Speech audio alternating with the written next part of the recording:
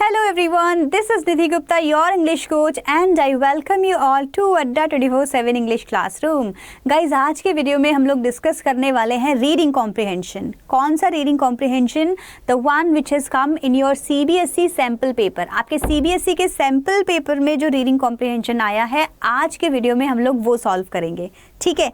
Now most of the students are finding this one a bit difficult. Ma'am थोड़ा सा difficult था reading comprehension. एक तो लेंदी था, ऊपर से उसकी जो वोकेबलरी थी दैट वाज क्वाइट एडवांस्ड. हमने वो वर्ड्स पहले पढ़े नहीं थे and that is the reason कि उसको सॉल्व कर नहीं पा रहे थे. बहुत टाइम लग रहा था उसको समझने में. Right? If that was you, then today in this video I am going to solve the entire reading comprehension for you line by line. ठीक है. लाइन बाय लाइन में उसकी आपको एक्सप्लेनेशन बताऊंगी, जितने भी टफ वर्ड्स थे उनका मीनिंग भी बताऊंगी and then we are going to solve all the questions and will write their answers. After that we will decide क्या सच में वो पैराग्राफ इतना टफ है और we were assuming it to be, या हम सोच रहे हैं कि वो टफ है जस्ट बिकॉज न्यू वर्ड्स थे या फिर पहली बार उसको पढ़ा था इसीलिए टफ था, या फिर ऐसा तो नहीं है कि हमारा way of solving paragraph is not right. Reading comprehension को हम अटेम्प्ट कैसे करते हैं वो ही गलत है. So everything we are going to discuss today in this video. ठीक है. देखो, आपके एग्जाम में जो पहला रीडिंग कॉम्प्रिहेंशन आने वाला है that is going to be a discursive passage. पहले तो ये समझ लो. ठीक है. क्यों ज़रूरी है इसको समझना और क्यों ज़रूरी है ये पता करना कि डिस्कर्सिव पैसेज होता क्या है? बिकॉज इससे क्या होगा, आप अपना माइंडसेट तैयार कर सकते हो. What am I saying? अगर आपको ये पता चल जाए कि कोई डिस्कर्सिव पैसेज है जो आपके एग्जाम में आएगा, then you would solve it in that way only. जैसे क्या होता है डिस्कर्सिव पैसेज? एनी प्रॉब्लम और any recent issue in the society. हमारी सोसाइटी में जितने भी इश्यूज़ हैं, जो भी प्रिवेलिंग इश्यूज़ हैं, प्रॉब्लम्स हैं, उनको डिस्कस करने के लिए डिस्कर्सिव पैसेजेस बने हैं. उसमें हम डिस्कर्सिव पैसेज उसको बोलते हैं. ठीक है. अब अगर आपको देखो पहले से ही पता चल गया कि जो पहला पैसेज है वो किसी प्रॉब्लम पे बेस्ड होगा, कोई रीसेंट इशू जितने भी हैं, पॉपुलेशन हो गया, ग्लोबल वार्मिंग हो गया, या फिर लेट्स से इन्वायरमेंट हो गया, कुछ भी हो गया, इन पे रिलेटेड अगर मुझे पता चल जाए कि मेरा पैसेज है तो मैं पहले से अपना माइंड ना सेट कर लूँगी उसको लेके. राइट. जैसे ही पेपर मिलेगा मैं हल्का फुल्का पढ़ूंगी and I will have an idea of that. तो आपको पता होना चाहिए कि आपका जो पहला पैसेज है वो कैसा होने वाला है, डिस्कर्सिव पैसेज होने वाला है. Number 1. Now do you know which is the correct method to solve a reading comprehension? Now tell me how do you solve it. आप मुझे कमेंट सेक्शन में बताओ, क्या आप पहले क्वेश्चंस पढ़ते हो उसके बाद आप पैराग्राफ पढ़ते हो, या आप पहले पैराग्राफ को पढ़ लेते हो और फिर क्वेश्चन सॉल्व करते हो? Which is your method? आप मुझे बताओ and then I am going to tell my point of view. मैंने कैसे सॉल्व किया अपने एग्जाम्स में, या मैं कैसा सजेस्ट करती हूँ अपने स्टूडेंट्स को, so that I am going to share with you. देखो, according to me you should first read the passage. आपको पूरा पैसेज एक बार में पढ़ लेना चाहिए and that is my first step. मैं जो आपको टिप्स बता रही हूँ उसमें मुझे आपको यही बताना है. In first step what you should do, you should read the entire passage in one go. क्या होता है इससे? अगर आपने कोई भी पैसेज वन गो में पढ़ लिया, उससे आपको आइडिया लग जाएगा about the general idea of that paragraph. उसका थीम क्या है पैराग्राफ का, you would have an idea about it. बहुत फ़ायदा करता है ये. इससे क्या होगा, देखो 2 वेज होते हैं किसी भी रीडिंग कॉम्प्रिहेंशन को सॉल्व करने के लिए. आप उसके क्वेश्चंस पढ़ लो और फिर पूरे पैराग्राफ में उनको ढूंढते रहो, which takes a lot of time. By the way, आपको लगता है इजी है बट ये ज़्यादा टाइम लेता है. दूसरा तरीका क्या होता है? दूसरा तरीका ये होता है, आप पैराग्राफ को पढ़ लो, एक बार पढ़ लो एंड इफ़ यू फील कि आपको समझ नहीं आया है तो आप उसको दोबारा पढ़ लो. Second step. ठीक है. Read it again.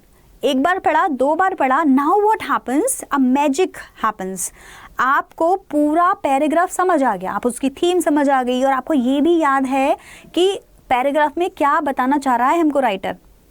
Now you go to the questions. अब जब आप क्वेश्चंस को सॉल्व करोगे, I am telling you it's easy. आप तो सीधे क्वेश्चन पढ़ो और उसके आंसर्स लिख दो. Do not even go to the question to the paragraph again. ठीक है. आपको ज़रूरी नहीं है कि आप फिर से पैरा पढ़ो. आपको पैराग्राफ का थीम इतने अच्छे से समझ आ जाता है, आप खुद से आंसर्स लिख सकते हो. Specially examiner does not want you to copy the same lines. ऐसा होता है ना, आपको सेम कॉपी नहीं करनी है लाइंस, आपको क्या करना है, अपने वर्ड्स में लिखना है। सो समटाइम्स क्या होता है, आपको अगर क्वेश्चन पढ़ा और आपको पैराग्राफ याद हो जाएगा 2 बार में पढ़ के, तो आप उसका आंसर खुद ही लिख सकते हो। अगर आप सेकंड स्टेप नहीं लेते हो, इफ़ यू फील कि मैम इतना टाइम ही नहीं होता 2-2 बार पढ़ने का, तो क्या करें, ठीक है, सेकंड स्टेप को मत पढ़ो, डोंट रीड इट।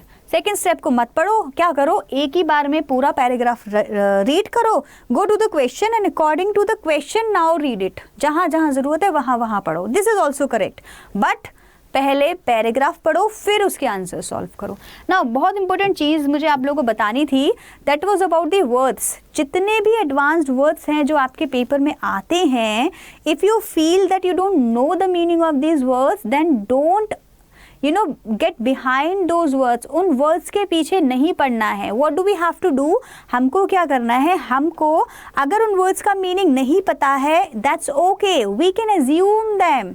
हम क्या कर सकते हैं, उन वर्ड्स को एज्यूम कर सकते हैं और उनके मीनिंग्स लिख सकते हैं। ज़रूरी थोड़ी अगर हमें वर्ड्स नहीं पता है तो हम उनके मीनिंग्स को ढूंढें एंड देन हम उनको सॉल्व करें, that's okay, we can just assume those words. So what you have to do is, you just have to try to assume the meaning of new words as per the context. Context के हिसाब से assume कर सकते हो। अब ये assumption possible नहीं है अगर आपने पहले questions पढ़ लिए। questions को पढ़ के ढूंढोगे तो नहीं हो पाएगा, वो easy, आपको लगेगा पता नहीं इस word का meaning क्या है। अगर आपने paragraph को पढ़ा तो हम flow में उसके assumptions like words के assume करते जाएंगे meanings, ये हो सकता है meaning, वो हो सकता है meaning, तो वो easy हो जाता है समझना, ठीक है। वैसे तो आपको स्मार्ट होना चाहिए, इनके मीनिंग्स पता होने चाहिए, बट नहीं पता है तो that's okay. And after that of course what we have to do is see the question and solve its answers. Alright, चलो भाई, अब आ गया हमारा वो वाला रीडिंग कॉम्प्रिहेंशन जो सैम्पल पेपर में आया है, and we are going to solve it. ठीक है, सॉल्व करना शुरू करें। मैं देखो कैसे सॉल्व करती हूँ, मैं आपको ऑलरेडी बता चुकी हूँ। पहले मैं पूरा पैराग्राफ पढ़ती हूँ, एक्सप्लेनेशन आपके लिए करूंगी, ऑफ कोर्स वहाँ पे तो इतना टाइम नहीं होता है, तो मैं खुद से ही समझूंगी, and then we are going to solve the questions answer. So पहले paragraph, technology is making advancement at a rapid rate but at the cost of a valued tradition. ठीक है, मैंने आपको क्या बताया था कि हो सकता है पहली ही लाइन में आपको क्या हो, उसका थीम पता चल जाए। मुझे 2 थीम्स मिल रही हैं, या तो ये टेक्नोलॉजी की बात कर रहे हैं या फिर वैल्यूड ट्रेडिशन की बात कर रहे हैं। ये 2 मुझे क्या मिले, यहाँ पे कीवर्ड्स मिले। देखेंगे कि किसके बारे में बात कर रहे हैं। ठीक है, technology is making advancement at a rapid rate. Of course technology क्या है, एडवांस होती जा रही है रैपिड रेट पे, मतलब ग्रोथ बहुत जल्दी जल्दी हो रही है टेक्नोलॉजी की, but at the cost of valued tradition. तो टेक्नोलॉजी जब एडवांस्ड हो रही है, उसकी हमें एक कॉस्ट देनी पड़ रही है। कॉस्ट मतलब कुछ तो देना पड़ेगा। क्या देना पड़ेगा, वैल्यूएबल ट्रेडिशंस जो हैं हमारे, वो खतरे में आ गए। ठीक है, ट्रेडिशन मतलब ऐसे काम जो हम बहुत टाइम से करते आ रहे हैं, ऐसे ट्रेडिशंस जो हम फॉलो करते आ रहे हैं। सो ये बोल रहे हैं कि टेक्नोलॉजी तो बढ़ रही है, लेकिन जो ट्रेडिशंस हैं, जो हमारे वैल्यूएबल ट्रेडिशंस हैं, वो कम होते जा रहे हैं। वैल्यूएबल ट्रेडिशन में भी क्या कम हो रहा है, क्राफ्ट इंडस्ट्री। क्या चीज़ कम होती जा रही है, क्राफ्ट इंडस्ट्री डिक्रीज हो रही है। अब क्या होती है craft industry, anything that is crafted, anything that is handmade. ठीक है, उसको क्या बोलते हैं, क्राफ्टेड बोलते हैं। Now the traditional craft industry is lose कर रही है a lot of its trained and skilled craftman. Traditional में यहाँ पे जितने भी ट्रेंड और स्किल्ड इनके जो क्राफ्ट्समैन हैं वो कम होते जा रहे हैं। क्यों कम होते जा रहे हैं, ऑफ कोर्स हम एज्यूम कर सकते हैं टेक्नोलॉजी की वजह से कम हो रहे हैं, बट आगे पढ़ेंगे तो और आइडिया लगेगा। With that, इसके साथ the art of embellishing brass and copper utensils with fine engravings is also disappearing। ये भी तो क्राफ्ट है, जैसे कि कोई भी यूटेंसिल है, ब्रास का है या फिर दूसरा किसका है, कॉपर का है, तो उनके ऊपर इंग्रेविंग होती है, मतलब प्रिंट्स बनाए जाते हैं। कुछ भी लाइक नीडल टाइप से आप इंग्रेव करोगे, उसको बोलते हैं इंग्रेविंग करना, तो वो भी क्या है, कम होती जा रही है। वर्ड आया एम्बेलिशिंग, देखो अब मुझे इसका मीनिंग नहीं भी पता है तो इट्स ओके, मैंने एज्यूम कर लिया। इसको बोलेंगे कुछ भी इस पे ब्रास और कॉपर पे क्या, कुछ भी कलाकारी करना, डेकोरेशन करना। ठीक है, देखो एज्यूम करना बहुत ईजी होता है बच्चों, मैं आपको बता रही हूँ, पर वो तभी पॉसिबल है जब आप पैरा को पूरा पढ़ोगे। ठीक है, फ्लो में एजम्पशंस निकल के आते हैं। So with that the art of embellishing brass and copper utensils with fine engravings is also disappearing. Disappearing मतलब कम हो रही है। The government has identified around 35 crafts as languishing craft. अब लैंग्विशिंग का मीनिंग अगर मुझे नहीं भी पता है तो मैं एज्यूम कर सकती हूँ कि क्या हो रहा होगा, क्राफ्ट्स बढ़ रहे होंगे या कम हो रहे होंगे, कम हो रहे होंगे। लैंग्विशिंग का मतलब क्या हो गया, कम होना, ठीक है, जहाँ पे आपकी जो प्रोग्रेस है वो रुक जाती है, तो हम लोग इसको बोल सकते हैं लेस प्रोग्रेस। प्रोग्रेस का क्या हुआ, आपकी कम हो गई। क्लियर हो गया यहाँ तक? देखो सब क्लियर है आपको, ठीक है। क्राफ्ट्स कम हो रहे हैं, यहाँ से लेके यहाँ तक की थीम में मुझे ये समझ आया कि हमारा जो क्राफ्ट इंडस्ट्री है वो रुक गया है या कम होता जा रहा है। आगे बढ़ते हैं। The speciality of handcrafted items is its design and association with long traditions belonging to a specific region. सही बात तो है। क्या होता है, जो जितने भी हैंडक्राफ्टेड आइटम्स हैं हम उनको क्यों खरीदते हैं? जैसे मैं राजस्थान गई तो वहाँ से राजस्थान का हैंडीक्राफ्टेड आइटम लेके आऊँगी, राइट। केरला गई तो केरला से, ईस्ट गई तो ईस्ट का लेके आऊँगी, नॉर्थ गई अगर तो वहाँ से कुछ वूलन अच्छा सा लेके आऊँगी। नॉर्थ में सर्दी ज़्यादा पड़ती है तो वहाँ वूलन आइटम अच्छा मिलता है। तो ये क्या बता रहे हैं, ये बोल रहे हैं the speciality of handicrafted items is its design. Design तो होती है, after that an association. Association किससे? Association with its long traditions belongings to a specific region। किसी जगह जाओ तो वहाँ की चीज़ें ज़रूर लेके आओ, ऐसा बोलते हैं ना। तो स्पेसिफिक रीजन की कोई चीज़ ज़्यादा फेमस होती है और इसीलिए हैंडीक्राफ्टेड आइटम्स क्या हैं, पॉपुलर हैं। क्लियर? तो वर्ड हैंडीक्राफ्टेड, अब हैंडीक्राफ्टेड का मीनिंग क्या है? Does not imply the involvement of dextrous human fingers और an agile mind with a moving spirit any more. Any more मतलब अब नहीं है ऐसा। एनी मोर का क्या मीनिंग हो गया? अब ऐसा नहीं है। मतलब कि जितने भी हैंडीक्राफ्टेड आइटम्स थे उनका पहले मतलब क्या होता था? इम्प्लाई मतलब मीनिंग। मीनिंग क्या होता था? ये इनका मीनिंग होता था डेक्स्ट्रस ह्यूमन फिंगर्स। डेक्स्ट्रस का मतलब क्या हो गया? डेक्स्ट्रस मतलब स्किलफुल, स्किल मतलब किसी के कहते हैं ना हाथों में जादू, उंगलियों में जादू होता है, तो डेक्स्ट्रस स्किल्स हो गए वो उसके, ठीक है। तो ये बोल रहे हैं कि किसी के स्किल्स फिंगर्ड हैं अगर, और अगर उसका एजाइल माइंड है, एजाइल मतलब क्विक फास्ट मूविंग माइंड, अच्छे अच्छे आइडियाज सोचना, तो वो बोल रहे हैं अगर किसी के फिंगर्स में जादू है या किसी के माइंड बहुत ज़्यादा क्विक या एजाइल है, ज़रूरी नहीं है कि ऐसे हैंडीक्राफ्ट अब ज़्यादा चलें। So what are they saying? The word handicrafted does not imply the involvement of dexterous human fingers or agile mind anymore. अब ऐसा नहीं है कि बहुत ज़्यादा स्किल पर्सन है तो वो ही हैंडीक्राफ्ट बना सकता है। अब तो कोई भी बना सकता है, टेक्नोलॉजी की मदद से, मशीन्स की मदद से कोई भी हैंडीक्राफ्टेड अच्छे अच्छे स्किल्ड जितने भी प्रोडक्ट्स होते हैं बनाए जा सकते हैं। Listening drudgery, increasing production and promoting efficiency have taken precedence। precedence को बोलते हैं importance। ये लाइन आपको शायद थोड़ी टफ लगेगी, importance, ठीक है। तो ये क्या बोल रहे हैं? lessening drudgery। drudgery हो गया हार्ड वर्क, ठीक है। drudgery मतलब आपने जितना भी हार्ड वर्क किया अब वो हार्ड वर्क पहले की तरह आपको नहीं करना पड़ेगा। क्यों? क्योंकि मशीन्स आपका काम करेंगी। So lessening drudgery and increasing production, of course hard work कम होगा, प्रोडक्शन ज़्यादा बढ़ेगा, एंड प्रमोटिंग एफिशिएंसी, और एफिशिएंसी बढ़ेगी। एफिशिएंसी क्या होता है? किसी काम को करने की और अच्छे से करने की तरीके को एफिशिएंसी बोलते हैं। हैव टेकन प्रेसिडेंस, इंपॉर्टेंस मतलब अब इंपॉर्टेंस किसको मिल रही है? फिंगर्स को, माइंड को नहीं, इनको नहीं मिल रही है। अब किसको मिल रही है? हार्ड वर्क को कम करो, प्रोडक्शन को बढ़ाओ, इस चीज़ को इम्पोर्टेंस ज़्यादा देने लगे हैं क्राफ्ट इंडस्ट्रीज, राइट। लेकिन ये हमारे ट्रेडिशन के बिल्कुल अगेंस्ट है। हमारे ट्रेडिशन में क्या था? All the women, all the men, those who are efficient in doing something, जो किसी काम को बहुत अच्छे से कर सकते, अपने हाथों से बनाते थे, वही तो उसकी क्या थी? ब्यूटी थी। अभी क्या हो रहा है? मशीन्स, मैकेनिज्म आने से या फिर टेक्नोलॉजी आने से वो ब्यूटी कम होती जा रही है। ये है टॉपिक, ठीक है।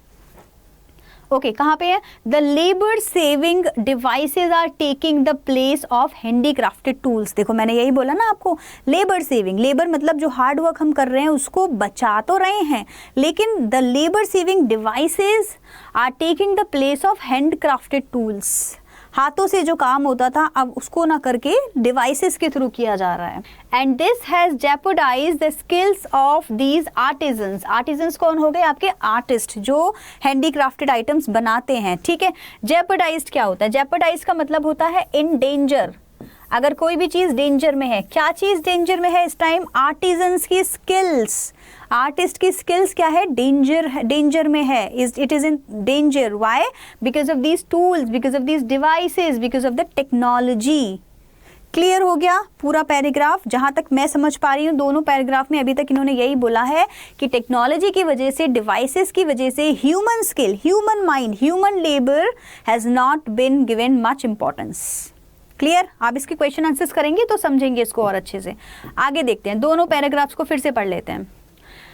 Mechanisation has made its way into everything. ठीक है, क्या है? मशीन्स जो हैं वो हर जगह हैं। कहाँ कहाँ पे हैं?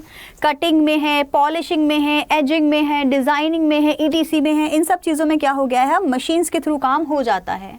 Ideally, the use of machinery should be negligible and the handicrafts should be made purely by hands with a distinguishable artistic appeal. Nice line. Ideally क्या होना चाहिए? हैंडीक्राफ्टेड वर्ड का मतलब ये हो गया कि भाई हमारे हाथों से काम कर रहे हैं, हाथों से किसी चीज को बना रहे हैं। तो आइडियली क्या होना चाहिए? Ideally the use of machinery should be less. Negligible मतलब कम करना। And the handicrafted should be made purely by hands. Handicraft की जो आइटम्स है वो हाथ से हमको क्या करने चाहिए? बनाने चाहिए। However with the exception of small scale industries, लेकिन कुछ एक्सेप्शंस हैं। स्मॉल स्केल की जो इंडस्ट्रीज हैं, the export units are mostly operated by machines. क्या होता है? हैंडीक्राफ्ट के जो स्मॉल बिजनेस हैं वो सारा मशीन से ही काम करते हैं। ऑफकोर्स बिल्कुल उनके प्रोडक्शन में बचत होती है। एक एक स्किल जो आर्टिस्ट को पैसा देंगे तो ज़्यादा महंगा पड़ेगा, मशीन एक बार में ज़्यादा प्रोडक्शन कर देती है, तो क्या होता है? इंडस्ट्रीज़ को फ़ायदा होता है। And that is the reason कि वो मैकेनिज्म को ज़्यादा प्रमोट कर रहे हैं। ठीक है। The heavily computerized designs contribute to a faster production at lower cost. Production जल्दी होगा, कॉस्ट कम हो जाएगी। कब होगी? जब आप heavily computerized designs बनाओगे कंप्यूटर के थ्रू। कंप्यूटर के थ्रू डिजाइन्स बनाओगे मतलब कंप्यूटर बेसिकली मैकेनिज्म अगर होगा तो काम जल्दी होगा, कम पैसों में होगा, कम इन्वेस्टमेंट में होगा। और हाथों से लेबर करोगे तो टाइम भी ज़्यादा लगेगा और क्या होगा? प्रोडक्शन का जो कॉस्ट है वो भी बढ़ जाएगा। बट अगेन पैराग्राफ खुद ही अपने आप को ऑपोजिट भी बोल रहा है। इसी में वो बोल रहे हैं कि हैंडीक्राफ्ट का तो मतलब ये हुआ ना कि हाथों से काम हो रहा है, फिर आप ऐसा क्यों कर रहे हैं कि हाथों का काम मशीनों से करवा रहे हैं? This is wrong. Although mechanization of crafts poses a challenge to safeguarding the traditional crafts, the artisans are lured with incentives in order to impart handicraft training.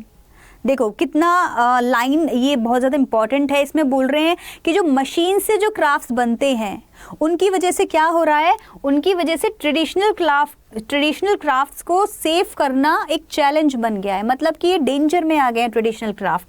लेकिन फिर भी क्या किया जा रहा है? आर्टिजन्स को, आर्टिस्ट को ल्योर किया जा रहा है। उनको ल्योर का मतलब होता है किसी को एक्साइट करना, मतलब उनको फोर्सफुली नहीं बट उनको ज़्यादा पैसे देके, इंसेंटिव्स देके उनको रिक्वेस्ट की जा रही है कि आप क्या करो? स्किल्स दो और ज़्यादा लोगों को ट्रेन करो इस काम के लिए, so that they also can do it. तो लोग ऐसा कर नहीं रहे हैं। मतलब अब उनको पता है कि मशीन ज़्यादा इजीली काम कर रही हैं, तो स्किल लोग नहीं होना चाहते हैं, स्किल्ड नहीं होना चाहते हैं, बिकॉज ज़रूरत ही नहीं पड़ रही है उस चीज़ की।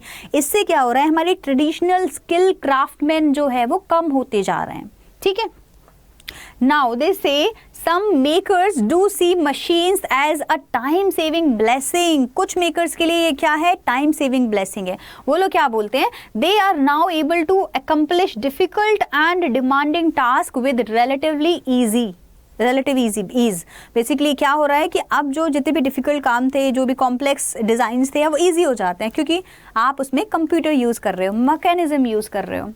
These machines might give a better finesse to these products, but they don't stand out as handicrafted. Of course, पूरा पैराग्राफ ही अपने आप में ही क्या है? ऑपोजिट आइडियाज़, दो कंट्रास्ट आइडियाज़ को लेके चल रहा है। वो बोलते हैं कि ये बात तो सच है कि ये मशीन्स जो हैं might give a better finance, क्या होगा, इन मशीन से इतना तो होगा कि जो आपकी क्वालिटी है वो बेटर हो जाएगी, लेकिन can you call them handicrafted items? क्या ये हाथों से बने हैं? नहीं ना, तो ये हैंडीक्राफ्टेड आइटम्स बिल्कुल नहीं है। Quantity has overtaken quality in this industry. Quality कब आएगी? जब हाथों से काम होगा, हैंडीक्राफ्टेड काम होगा। लेकिन अब बिकॉज आपको क्वांटिटी बढ़ानी है, मतलब अब सपोज करो किसी बंदे ने कोई बास्केट बनाई हाथों से, एक दिन लगा दिया पूरा बनाने में, तो इतना तो कि क्वांटिटी आप डिमांड सप्लाई डिमांड को ना रेशो उसका करेक्ट नहीं कर पाओगे। मशीन से क्या होगा, एक बार में 100 बन जाएंगी या फिर एक बार में 500 बन जाएंगी, जो भी मैकेनिज्म आपका होगा इंडस्ट्री में, राइट। तो क्या हो रहा है, क्वांटिटी तो बढ़ रही है लेकिन हो सकता है वो क्वालिटी ना मिले जो एक बंदा अपने हाथों से क्वालिटी प्रोवाइड कराता है। इसी को बोलते हैं handicrafted. More than handicrafted, it's associated with the religion, the region, the culture, right. उससे भी इसका क्या है, एक डायरेक्ट एसोसिएशन है। आगे बढ़े, क्लियर हो गया? This is going to be the last 2 paras I think. A need to highlight the importance of the handmade aspect is required by both the government and private sectors. A need to highlight the importance of the handmade aspect. मतलब क्या ज़रूरत है, government को और private sectors को थोड़ा focus करना चाहिए हैंडीक्राफ्टेड आइटम्स के ऊपर। In order to amplify awareness, amplify मतलब इंक्रीज, किसी भी चीज़ को इंक्रीज करना। अब अगर आप अवेयरनेस इंक्रीज करना चाहते हो तो आपको क्या करना होगा, in order to amplify awareness and also support the culture of making handicrafts, private sectors and government sectors should also interfere in that. A few artisans are still trying their best to rejuvenate and like beginning new energy. ठीक है, bringing new energy in what? Energy in what? Energy and revive their culture and heritage, but it's an uphill task. Uphill means हो गया ज़्यादा difficult task हो गया ये, ठीक है। uphill मतलब ज़्यादा difficult task. Competing with the machine made goods, क्या है, कुछ आर्टिस्ट ऐसे हैं जो अभी भी बिलीव करते हैं कि उनके हैंडमेड प्रोडक्ट्स ज़्यादा अच्छे हैं, but it's a difficult task for them to compete with the machines के साथ कम्पीट करना ऑफकोर्स आपके लिए क्या हो गया, डिफ़िकल्ट हो गया है, ठीक है। A multitude of artisans have changed their professions and are encouraging their progeny मतलब चिल्ड्रन, अपने चिल्ड्रन को भी वो क्या बोल रहे हैं, to follow suit, basically same, आप भी वही कर लो जो बाकी के लोग कर रहे हैं और प्लीज स्टॉप डूइंग हैंडीक्राफ्ट, ठीक है। क्यों? क्योंकि क्या हो रहा है, बहुत ज़्यादा टाइम इसमें लग रहा है। अ मल्टीट्यूड मतलब group of people of artisans have change their profession, उन्होंने अपने प्रोफेशन ही चेंज कर दिया, and are encouraging their children also to follow the same, like जो और बाकी के लोग कर रहे हैं। There are others who have stayed their ground, कुछ है जो अभी भी आर्टिस्ट हैं, कुछ ने तो प्रोफेशन चेंज कर लिया, बट कुछ हैं जो अभी भी आर्टिस्ट हैं, बट आर क्लियरली इंक्लाइंड मतलब इंटरेस्ट होना, किस में इंटरेस्ट होना, उनका इंटरेस्ट किस में है, their interest is towards buying machines. कुछ हैं जो अभी भी आर्टिस्ट तो हैं लेकिन वो कोशिश कर रहे हैं कि मशीन्स खरीद लें जिससे उनका भी प्रोडक्शन क्या है, ज़्यादा अच्छा हो जाए। देखो पूरा पैराग्राफ एक कॉन्ट्रास्ट आइडिया पे बेस्ड है, वो बताते हैं कि कुछ लोग क्या चाहते हैं और कुछ क्या, तो कुछ तो हैं जो हैंडीक्राफ्टेड आइटम्स को बिलीव करते हैं, कुछ हैं जो मशीनरी की तरफ जाने वाले हैं। Clear? Last, nearly 2 decades ago, 20 years पहले की बात है, there were around 65 lakh artisans in the country. 65 lakh artist थे हमारी कंट्री में। 3 years ago when the government started the process of granting a unique number to the artisans, अभी क्या हुआ था, पैराग्राफ के अकॉर्डिंग 3 years ago हर artesian को एक यूनिक नंबर दिया गया था जिससे उनकी आइडेंटिफाई उनको हम कर सकें। तो जब ऐसा किया गया, based on the Aadhaar card only 25 were identified, 65 में से 25 आर्टिजन्स ही बचे हैं, ये बताना चाह रहे हैं इसमें। Loss of traditional craft is clearly a worrying issue. Of course traditional craft का क्या हो रहा है, लॉस हो रहा है, और ये हमारे लिए एक बहुत चिंता वाली बात है।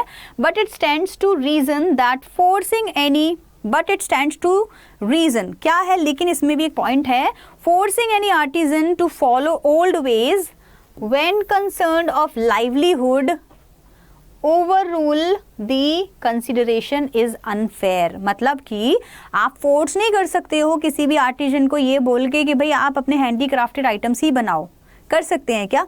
बिल्कुल नहीं कर सकते। क्यों? क्योंकि अगर लाइवलीहुड की बात आ जाए तो everybody wants money, everybody wants to have a good life, और एक हैंडीक्राफ्टेड पर्सन जो हैंडीक्राफ्ट बनाता है, he does not earn that good as the production, like machine production से जितना आपको इनकम हो सकती है। So it's simple, people are incline towards buying machines. People क्या कर रहे हैं, बाकी के जो आर्टिजन्स है वो क्या कर रहे हैं, they are buying machines. So the last line saying you can force them, you can never force anybody कि भाई जाओ आप अभी भी क्या है आर्टिस्ट ही बने रहो, मतलब हैंडीक्राफ्ट के प्रोडक्ट्स ही बनाते रहो। यू कांट, बिकॉज अगर लाइवहुड की बात आ जाती है, अगर आपको लाइफ स्टाइल अपनी अच्छी करनी है तो you will have to become like modern, you have to believe on technology. आप कब तक ट्रेडिशनल बने रहोगे? So this is entire paragraph is about. I hope आपको थीम क्लियर है। हैंडीक्राफ्ट्स की बात है, कम होते जा रहे हैं, 65 थे 35 हो गए, एंड मशीन्स जो जितने भी नहीं भी हैं वो मशीन्स की तरफ इंक्लाइंड ज़्यादा हैं। ये सारा इसमें पैराग्राफ में बताया है। आप क्या करेंगे? ऑफ कोर्स क्वेश्चंस देखेंगे, based upon your understanding of the passage answer any 5 questions out of 6 which have been asked. हम लोग 6 के 6 सॉल्व करने वाले हैं by the way. Question 1, what does the writer mean by calling handicraft as valued tradition? Of course valued ही तो है, because it is directly associated with the design as well as the particular reason. जिस भी reason में आप हो वहाँ की कल्चर, वहाँ का ट्रेडिशन, वहाँ की वैल्यूज़ ही तो हैं जो हम हैंडीक्राफ्टेड आइटम्स की तरह लेके आते हैं अपने हाथ में, राइट? जैसे देखो, मुझे याद है मैं आई थिंक राजस्थान गई थी, तो वहाँ पे पपेट कल्चर होता है, पपेट्स होते हैं ना, उसका डांस होता है एंड ऑल, तो वहाँ पे पपेट्स सेल करते हैं, वो हैंडीक्राफ्टेड होते हैं सारे। So you go and buy them. Why do you do that? Because you want that kind of a feeling कि हाँ मैं कभी राजस्थान होके आई थी, and that is why we want those puppets to be with us as a memory, right? तो इसी को बोलते हैं एक तरह से वैल्यूड ट्रेडिशन है ये हमारे। So the writer call handicrafts as a valued tradition and it shows the talent of the artisan and represent their rich artistic culture, जिस कल्चर को वो बिलोंग करते हैं, lifestyle, heritage and of course their tradition. Clear हो गया? I hope this is what I explain to you. Next, rewrite the following sentence by replacing the underlined phrases with a word that means the same from line 5 to 15. line 5 to 15 में जो भी इन्होंने लिखा है वहाँ पे word को if it continues the workation is basically work and vacation, trend will be a powerful boost to domestic tourism operators failing to make progress in the economic slums caused due to the pandemic. अब आपको कुछ नहीं करना इस पूरी line से। of course it is difficult to understand it because ये paragraph से है ही नहीं लाइन। ये क्या है, एक लाइन दी है और आपको इसका मीनिंग बताना है। किसका बताना है? इसका मीनिंग बताना है। फेलिंग टू मेक प्रोग्रेस, क्या हमने ऐसा कोई वर्ड पढ़ा था जिसका मीनिंग था failing to be get in progress? Of course पढ़ा था। वर्ड का नाम था लैंग्वेजिंग। जब वो बोल रहे थे ना हैंडीक्राफ्ट था लैंग्वेजिंग डे बाई डे, ठीक है? तो हम उसको क्या करेंगे, इसमें वर्ड का मीनिंग बता देंगे एंड दैट इज इट। तो बेसिकली आपको वर्ड मीनिंग पूछा है, अलग स्टाइल में पूछा है, इसीलिए अब डिफिकल्ट लगता है आपको। आगे बढ़ते हैं। नेक्स्ट पूछा क्या है, state any 2 reasons why artisans are choosing to work via machines rather than handicrafted tools. देखो आंसर सिंपल है, एक तो टाइम कब लेते हैं, प्रोडक्शन ज़्यादा होता है, हार्ड वर्क कम होता है और क्वालिटी अच्छी मिल जाती है। सिंपल, ये 2 रीज़न है आपके। तो आप देखो क्या क्या रीज़न आप बता रहे हो। Number 1, they can now accomplish difficult and demanding task relatively easily, obviously जल्दी हो जाएगा काम। And the machine save them time, labour and reduce their drudgery, hard work and increase their production. Clear है ना? क्लियर है इसका answer.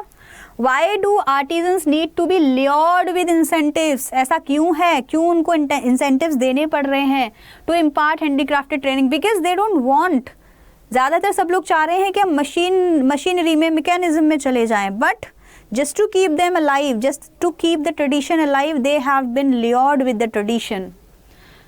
तो यहाँ पे वहीं पे से लिया है ये लाइन, दो imparting tradition to mass bulk producers runs the risk of losing their tradition livelihood. Of course, अगर आप क्या करोगे, मैकेनिज्म करोगे तो उनका जो livelihood है वो कम हो जाएगा. Artisans have to be lured with incentives to provide handicrafts training and keep the custom alive. Main line क्या है?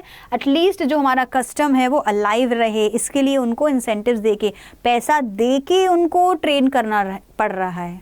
अदरवाइज सारे हैंडीक्राफ्ट, सारे क्राफ्टमैन, सारे जो क्वालिटीज हैं, ट्रेडिशन है, आइटम्स हैं, सब क्या होगा, एक दिन खत्म. List one likely impact of the support of government and private sectors towards the culture of making handicrafts. So basically government हमारी जो है और प्राइवेट जो सेक्टर्स हैं वो हमें कैसे मदद कर रहे हैं? They are spreading awareness. वो हमको अवेयर कर रहे हैं किस चीज़ के लिए?